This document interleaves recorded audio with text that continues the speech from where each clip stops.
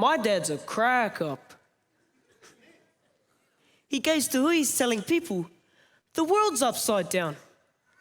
And he's a science teacher.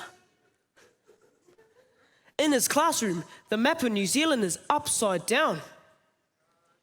He says to me, the North Island is the stingray of our ancestor Maui, and the South Island his waka. History tells us he fished the stingray up from the ocean. When the map is upside down, it has the boat above and the fish is being hauled in.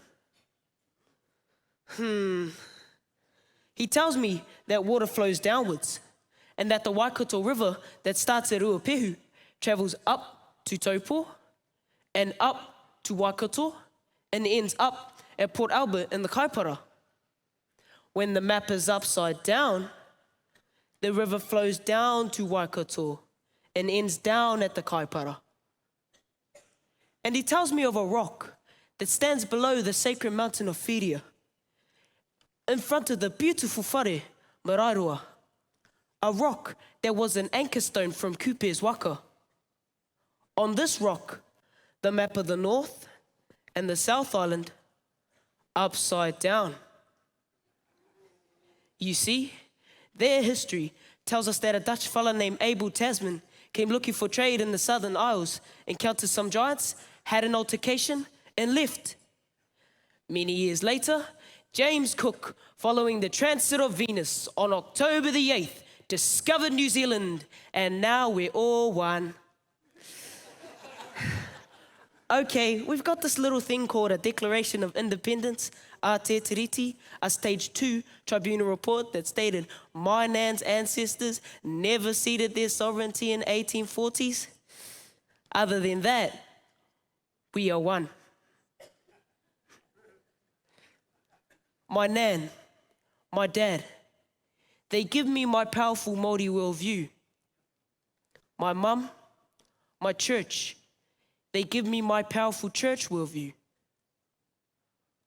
My grandfather's Norwegian, New Zealand born, in the 1930s, carrying a worldview, a reality way different to my nan and my church, a reality I am intimately connected to as I carry his history in my name, Iverson. I am a product of many different realities where the status quos constantly challenge each other, and I am wealthier for the experience to be able to challenge the status quo and to seek a different reality. From my mum, the power shell eyes of Te Ao Māori are replaced with an equally amazing view through Ihu Karaiti, where the feats of compassion expressed by one feed the multitudes and heal the sick. Surely we should not be bound by the Eurocentric view of our history that is supplied to us through mainstream New Zealand schools. What is the fair to teach about the amazing tactical genius and engineering feats of Te Ruki Kawati, the military brilliance and engineering might of Benetaui, the powerhouses of Tāmati Wakanene and his older brother, Iruera Maihi Patuoneone.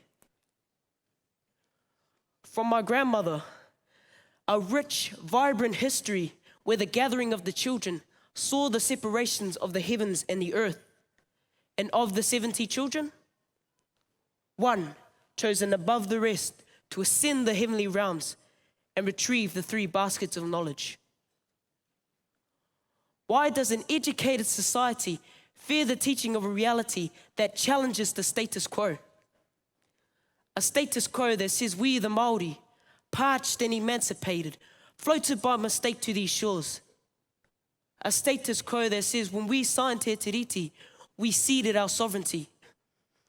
Surely we have matured enough as a nation to see that there is no longer a need to smooth the pillow of a dying race. And that we, the people of this land, are here to stay. And that us, our reality, is what matters to us. Did you not know when Captain Cook drew his map on New Zealand, he made a couple of errors? That he joined Stewart Island to the South Island. That he made Banks Peninsula an island. and that he drew the map upside down. Ladies and gentlemen, my dad's a crack up. Thank you.